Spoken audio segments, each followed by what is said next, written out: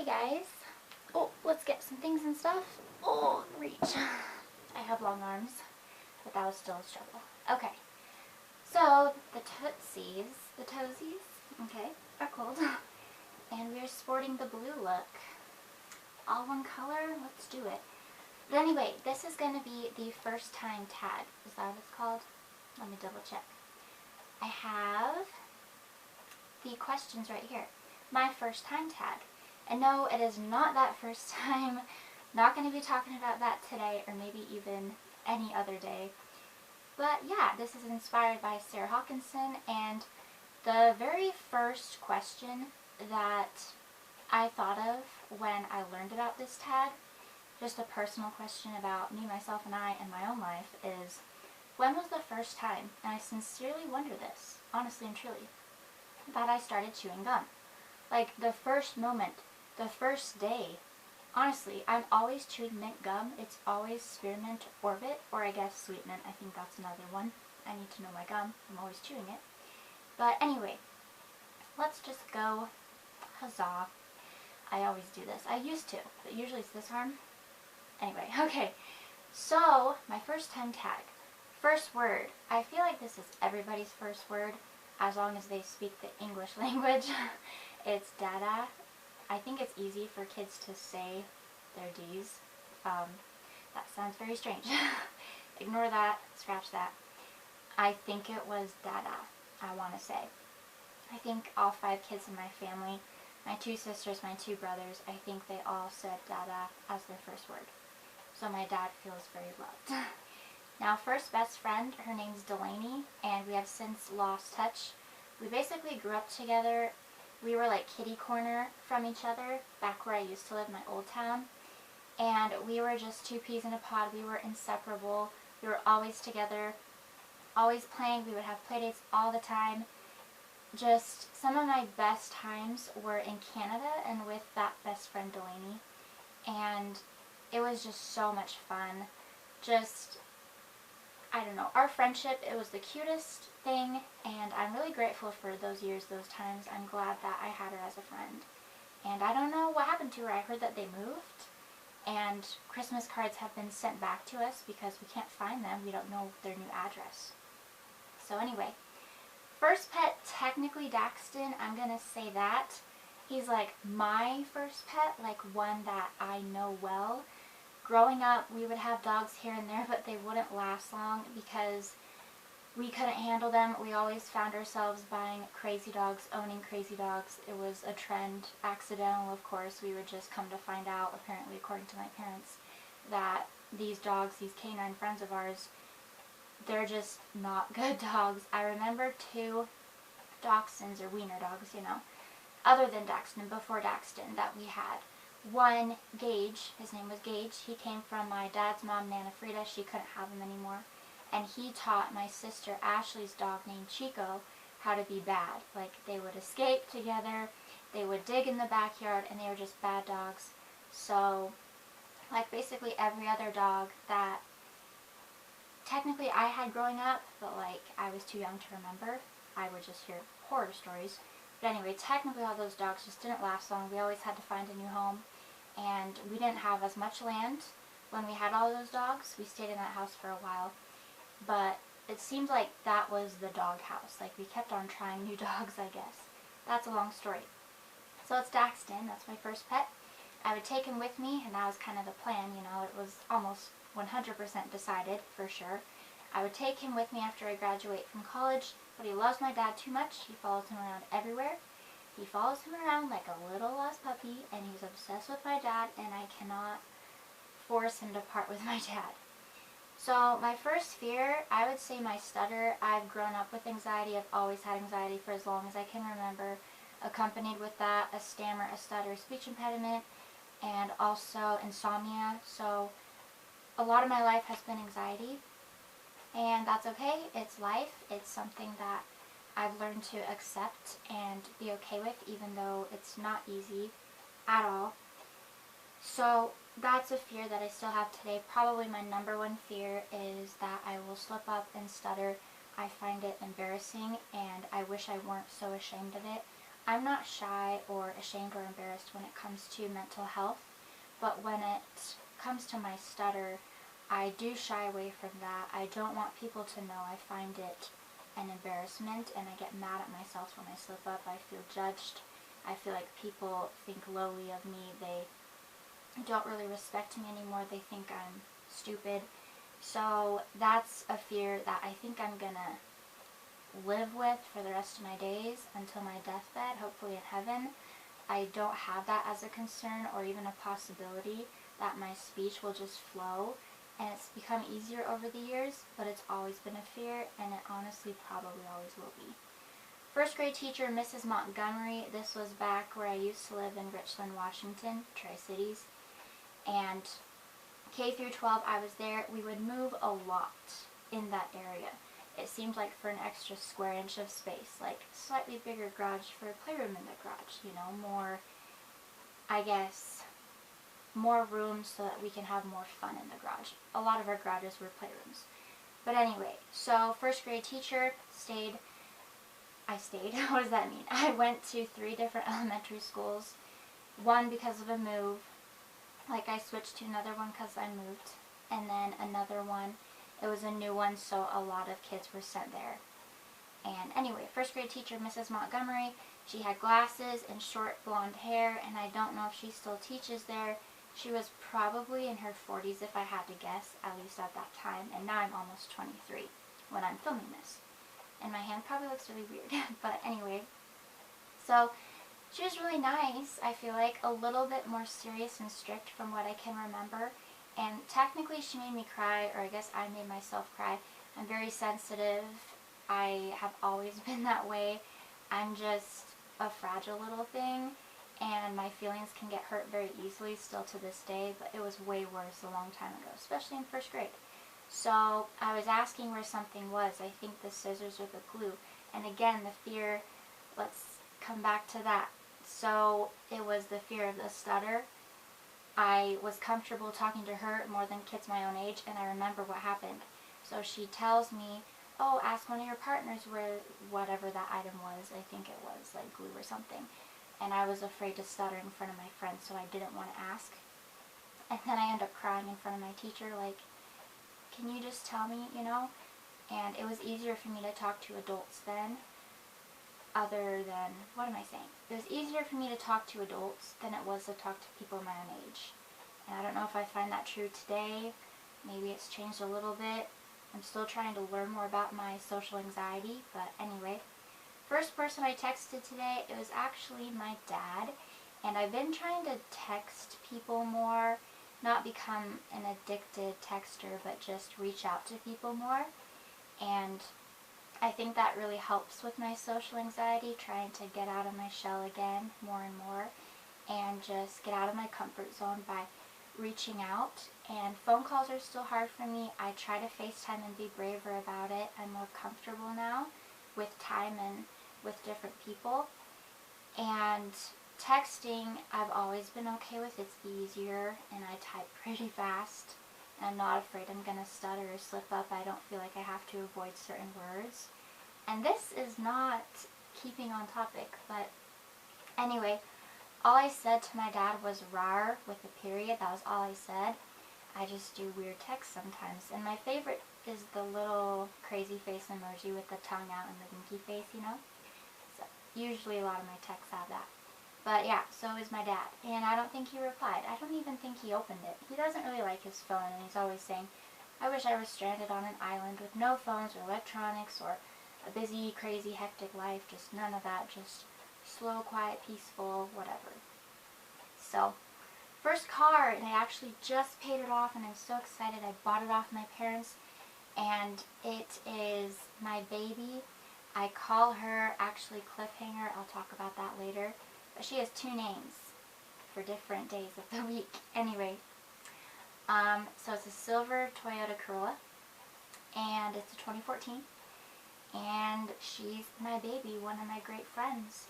We've had it since then, 2014, brand spanking new, and then my parents were trying to sell it earlier, and then they had this thought, it's not going to sell, we want to sell it for a reasonable price, how about we sell it to Emily? and I'm so grateful that they came up with that idea. I didn't think anything of it. I didn't think that could be an option, but I'm grateful for that, and I just paid it off, and it's a good feeling, and I want to drive that car into the ground. I want to get new engines when the time comes. I really like the make, the model, and I like how it's not really a flashy car. I think some people try to, and this is, I think, a Dave Ramsey quote that I'm going to butcher, but basically, people buy cars, buy things to impress people that they don't know or like. I forget how the quote goes, but I think a lot of people do that, and I don't want my car to be a Target. It's a middle-class car, I would say. It's not like it's a Target, or at least I feel like. So that may be my only car. It's not a bug, but, you know, and it's not a truck either. I'm like a truck girl or a slug bug girl, but this Corolla, it works fine, and I feel comfortable and confident in it. I feel safe. I think it's a secure, stable car.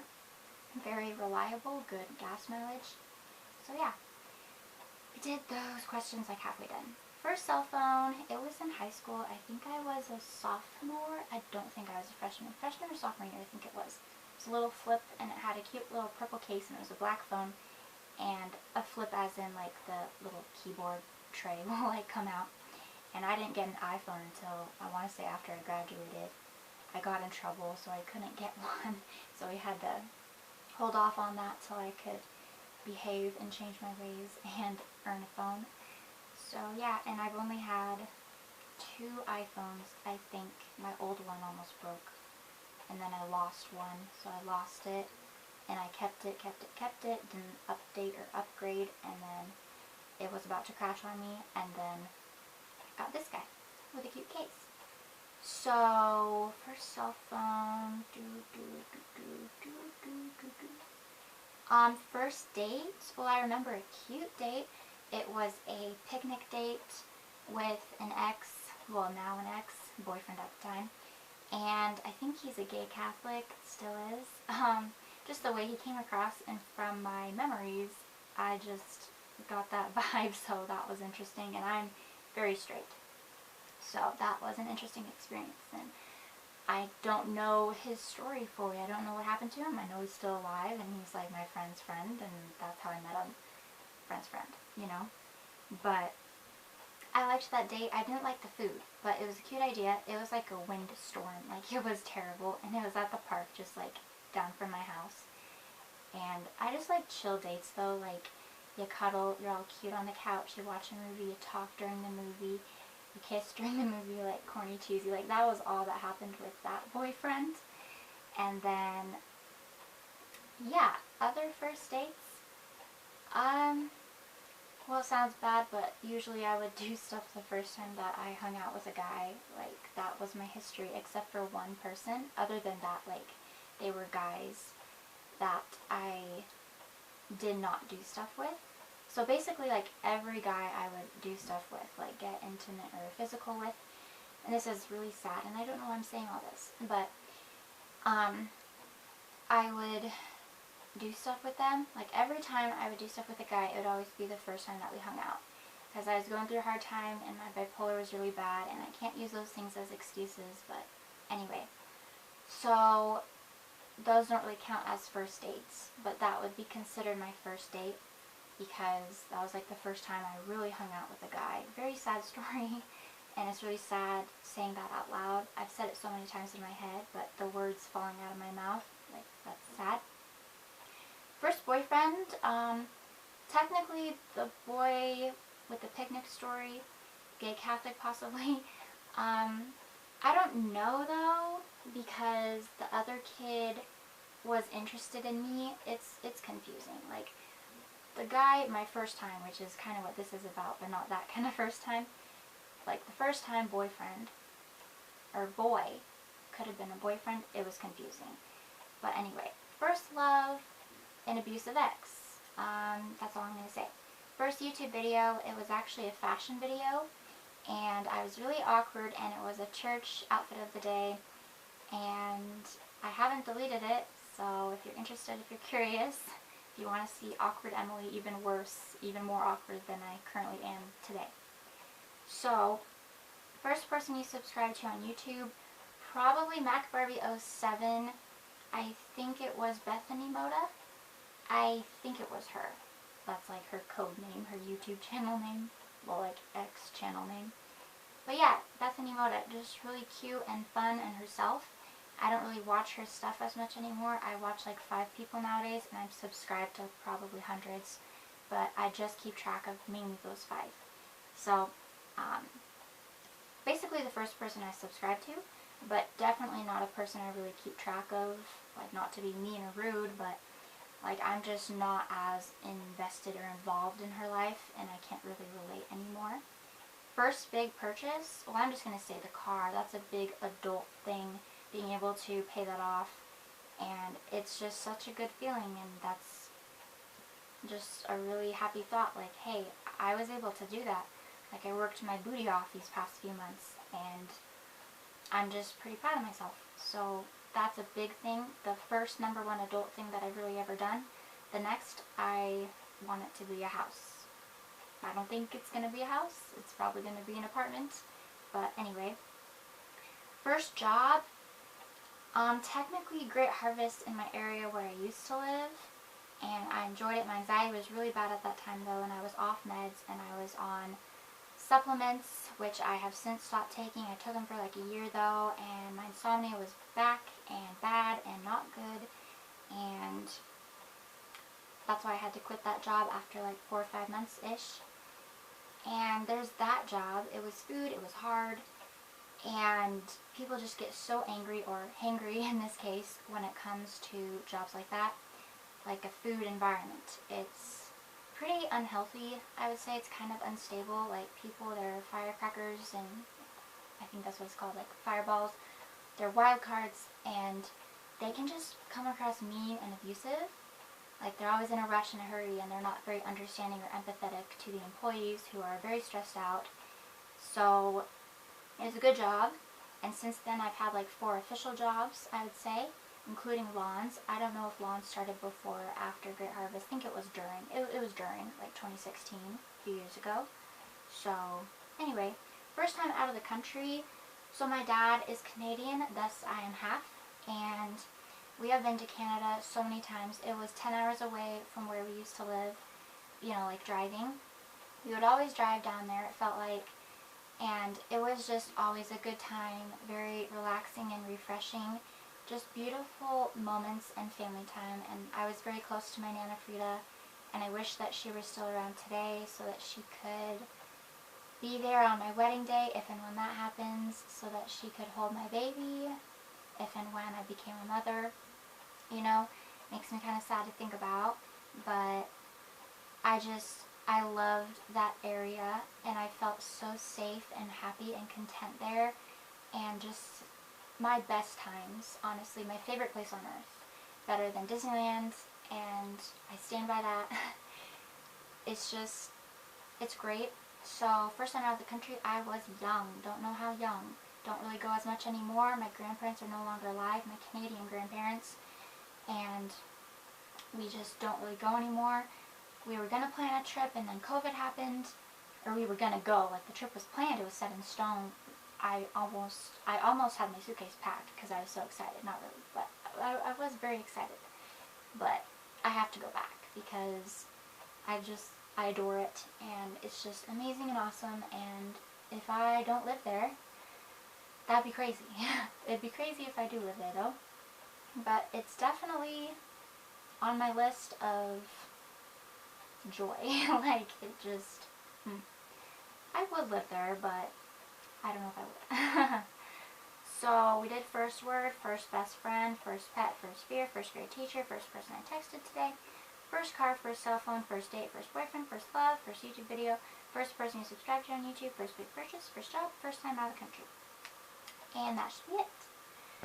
So I feel like I talked a lot and I rambled a lot and I didn't really stick to the specific questions. But anyway, and I probably talked really fast. But that was fun. I had fun, and I hope you enjoyed, learned something new. Maybe try this tag out yourself. I don't think many people really do this tag anymore, at least. I don't know. But I'm feeling really good today, and yeah, so life's good, and I hope that yours is too, wherever you're at, whatever stage you're in, or whatever part of your life you're going through right now, and just wanted to say that and share the tag with you. Okay, so this blue beast is gonna go. Oh, 20 minutes. I thought it would have been like ridiculously long and just gruesome. But yeah, I'm gonna get out of these clothes and go back to my favorite outfit. All pink outfit, including socks. Because I'm obsessed with comfort. This is comfortable, but it's not. Okay. And I don't have my face on, except for baby lips cheering me, but does that count? I don't know, I'm just trying to be okay with the person, the natural, real person, real Emily that I see in the mirror. Natural person, real Emily. A question that wasn't on here was first time wear makeup. I guess that's not like a specific date. That's like impossible to think of like a physical, what am I saying? Like the actual date, but it was in 7th grade. Okay, but really, I'm just saying random things and stuff that really don't matter. Okay, anyway. Alright. Goodbye.